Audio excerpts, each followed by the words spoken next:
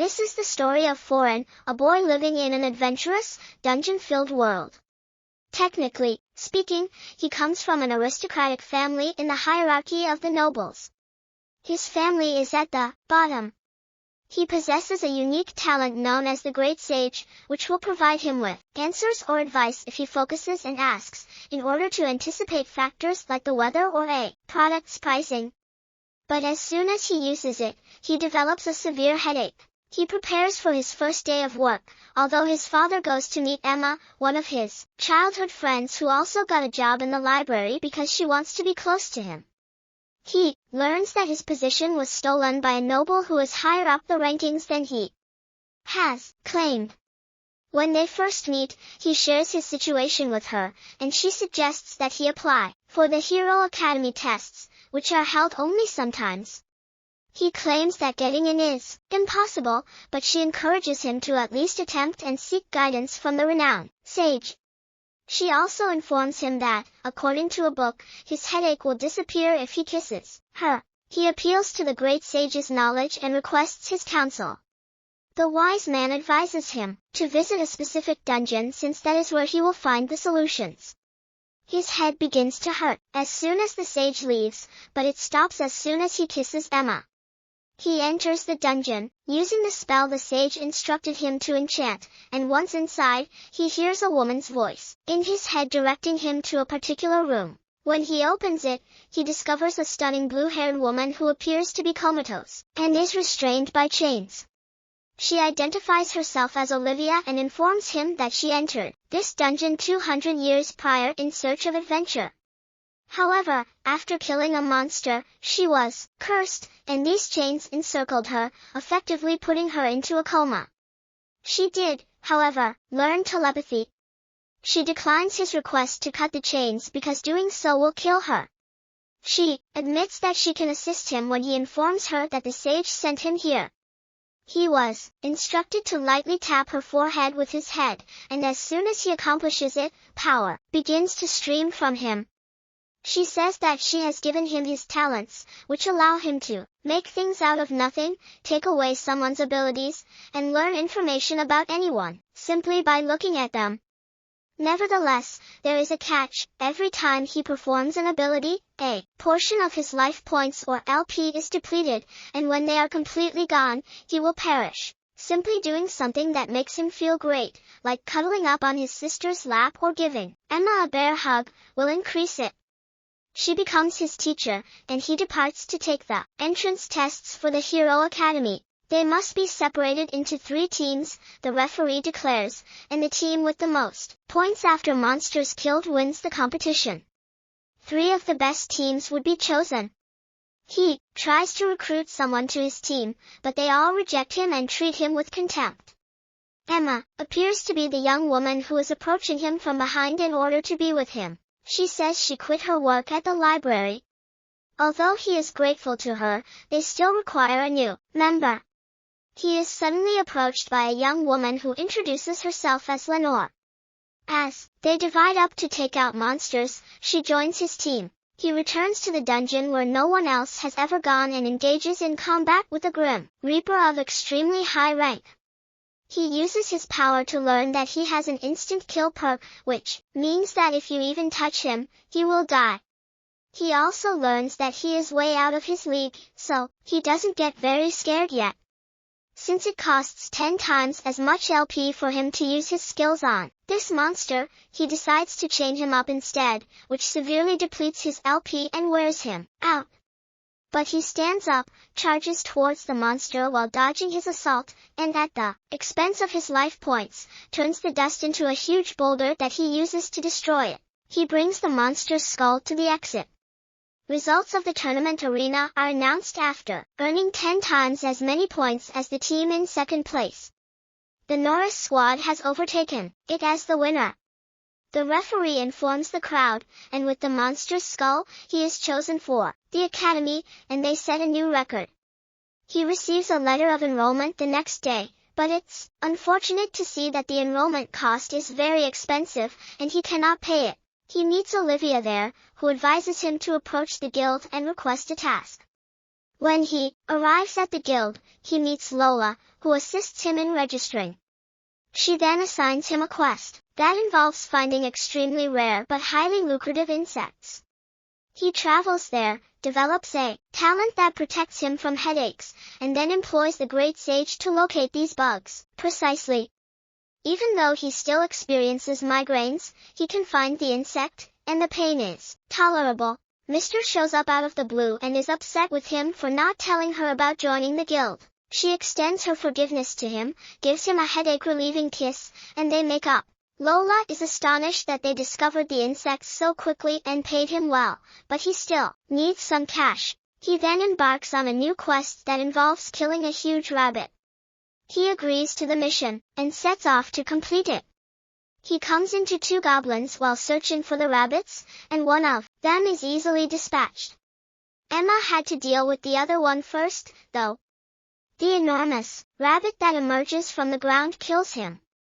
He attacks the bunny despite Emma's warnings to back off. She moves very quickly and deflects all of the blows while hitting the bunny with a wind strike. The bunny hits Emma after bouncing back due to his thick skin.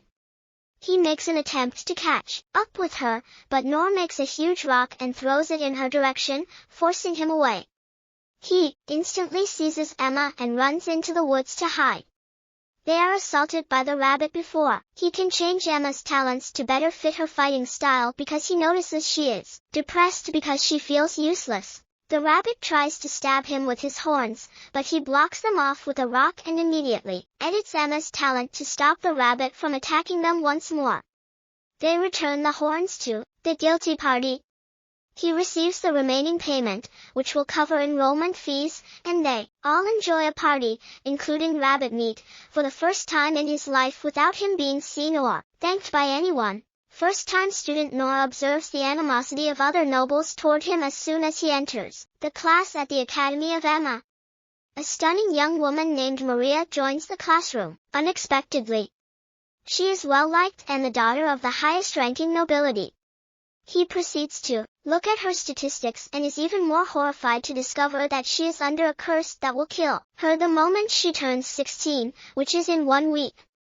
In contrast to the other nobility, she acknowledges him and makes an effort to be his friend, which makes everyone else envious of him and respect him. If he can be friends with Maria, they attend their first defense lesson, which is instructed by Elena, a teacher. She chooses Nor from the bunch and asks him to attack the girl with the intention of killing her. When he looks at her statistics, he is terrified to learn that she is level 200 plus, while he is just level 35. She quickly backs away when he tries to attack her and informs the group that they will be learning how to backstep today. When she assaults him after telling Nor to try it, he is unable to flee and suffers damage. He tries again after she killed him. This time, he enhances his backstep skill using his skill editor capabilities. To everyone's surprise, Elena is able to avoid the onslaught this time. In order to complete the next training, they must form two-person teams. Nor and Emma chose to work together, but Elena instructs them to split up, and Maria joins his team in their place. When Elena orders them to throw each other to the ground, she almost passes out from the sudden dizziness.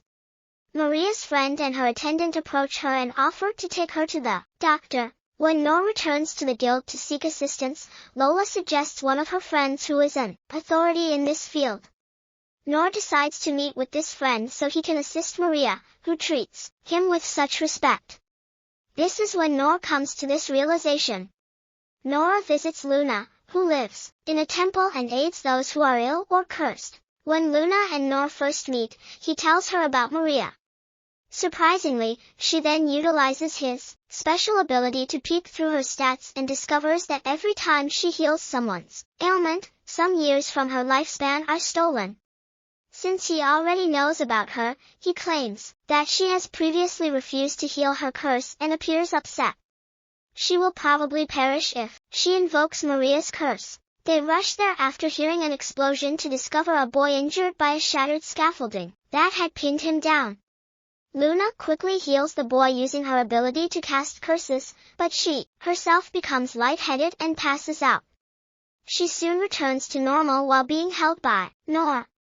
She describes how her mother used to heal people, which caused her to pass away at a young age.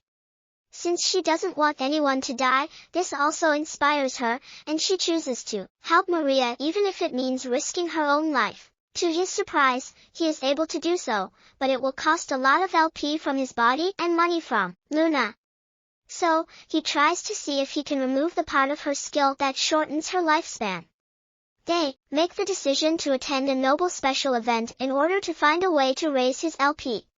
After the nobles are pleased that their bond is stronger than the other contenders and that they can make a lot of money in LP, they are able to win the unique prize together. They hurry to Maria's home because she is about to turn 16 just before midnight.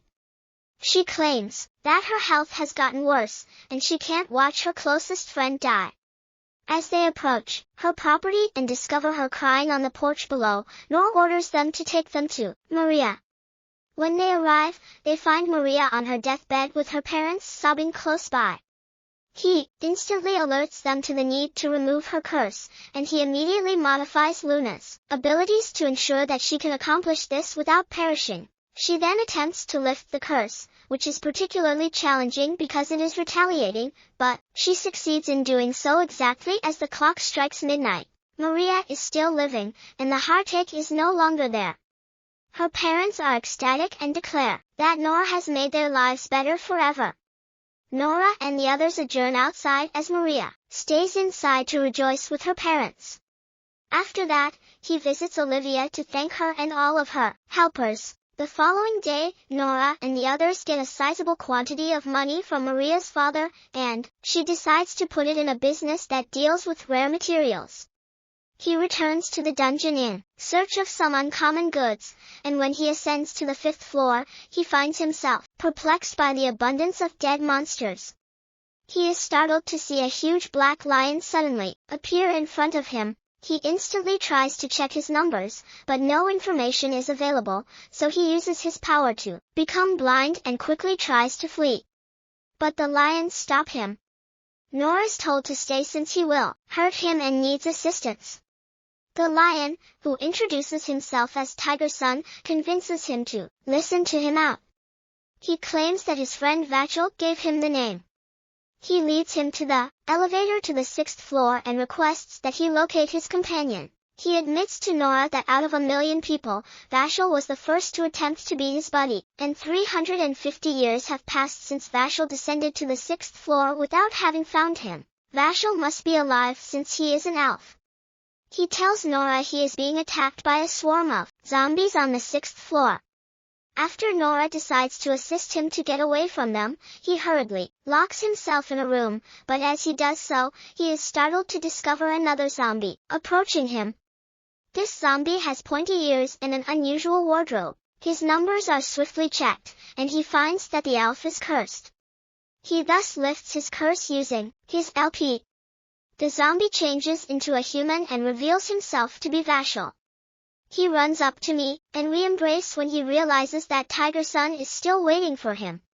He informs Tiger Son, however, that they must part ways because he must go back to his wife and because outsiders are not permitted in the village.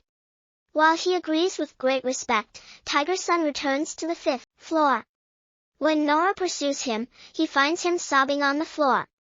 He extends a friendly hand to him and invites him to stay at his home and become his buddy. As soon as Tiger Son learns this, he rushes back to Nora's home and makes a promise to defend his family. Elena instructs the entire class to locate a specific quantity of extremely rare artifacts as the exams draw near.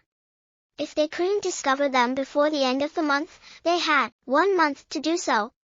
Students will be required to take extra classes. When Nora and Emma arrive at the guild, they discover Lola battling with Sarah, a different receptionist who has been seducing the adventurers and even stealing them from Lola. It was decided to hold a friendly competition to see who had the better adventures. Nora makes a promise to win the competition for her by obtaining extremely rare items, which she needs for the exams anyhow. Lumina also decides to join them, and the 3 of them set out on various adventures, taking down various monsters and obtaining unique artifacts. An earth dragon with its stronghold in the mountains is the final creature they must slay. They all head for the mountains and pick up a weapon that is shot by a number of spears. They set up a pitfall trap for the dragon and hide themselves before approaching it or throwing a boulder at it. The dragon emerges from its den and begins pursuing the victim while dodging his strikes and guiding him toward the trap. While hiding behind a rock is Lumina and Emma. When the dragon enters the trap, both girls are alerted, come out of hiding, and charge at the dragon. The dragon then quickly rises and attacks the girls. The dragon spews a number of boulders, some of which hit the man without hurting him, but he was killed by the dragon before it could cause any more harm. They sprint over to Nora, where Lumina entirely restores his health. As they return to the academy, where they are among the very best students, Lola informs them that Sarah is still in charge of the guild. In order for Lola to succeed, Nora then goes back to the dungeon to explore it more and locate more valuable artifacts. After taking out more zombies on the 6th floor, he is able to locate the 7th. He steps onto the 7th floor, which, in contrast to the floors above, is entirely covered in plants and flowers. He advances and discovers a pack of wolves eating meat. He examines their statistics and is astounded to learn that they are 2 times the levels above him. He decides to retreat for the time being because he cannot take them down. But before he could turn around, a young woman with green hair, who identifies herself as Dory, the genuine soul of this forest, stops him. She tells him that the only one who can fulfill her desire is him. She also promises to give him access to extremely rare things on this level and point him in the direction of the 8th floor if he assists her. Despite her fear, Nora consents to look into it. He notices a golden wasp nearby as she leads him to a large tree that she describes as her main body. She claims that while the area is typically populated by bronze wasps, which are not an issue, the mutated golden variety has been weakening her, and if it continues, she will pass away very soon. When he looks at its statistics, he is shocked to discover that it is 4 times his level. He becomes frightened because he cannot possibly vanquish that monster, but the wasp stings the tree once more, and Dory collapses in agony. The wasp deflects his blow and forces him back. He is attacked by the wolves as well before he could do anything. When he is encircled, he lets his guard down and utilizes his skills to make the wasp the wolves' new target. When wolves and wasps collide, the wasp is highly powerful and can kill all of the wolves. Nonetheless, it sustains a great deal of damage and weakens throughout the conflict. Nora takes advantage of this and employs both his lightning and water abilities to produce an extremely potent water blast that shocks the wasp and ultimately kills it. As Dory awakens, he is happy to see Nora unharmed, and she reveals to him where the treasures are hidden in the 8th floor entrance. He returns to the guild and is present for the final tally. He defeats the other receptionists in the race for Lola, startling Sarah and everyone else. After the official opening, Nora goes to the dungeon with Emma and decides to free Olivia once and for all. Nora is finally able to open his shop. He asks the great sage for assistance, and he tells him to proceed to the 15th floor.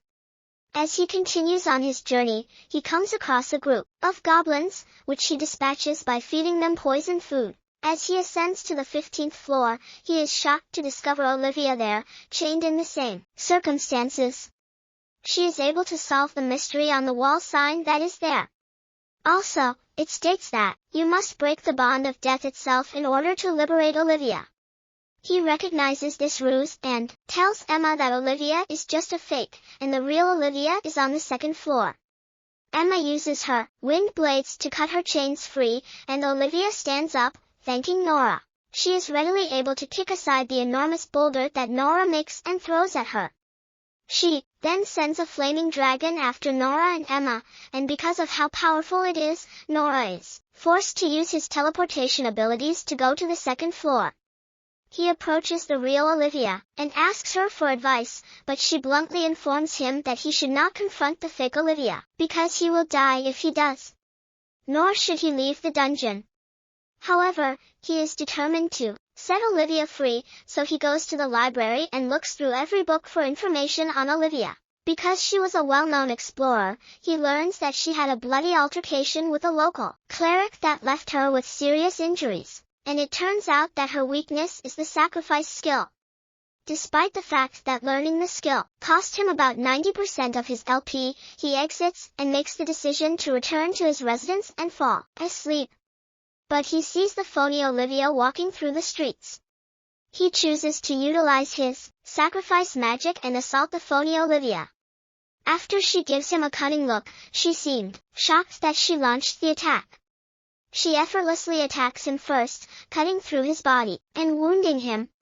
As he runs towards her with his sword raised, she then walks medicinally towards him and raises her sword to kill him. Emma kicks her back before she can kill him.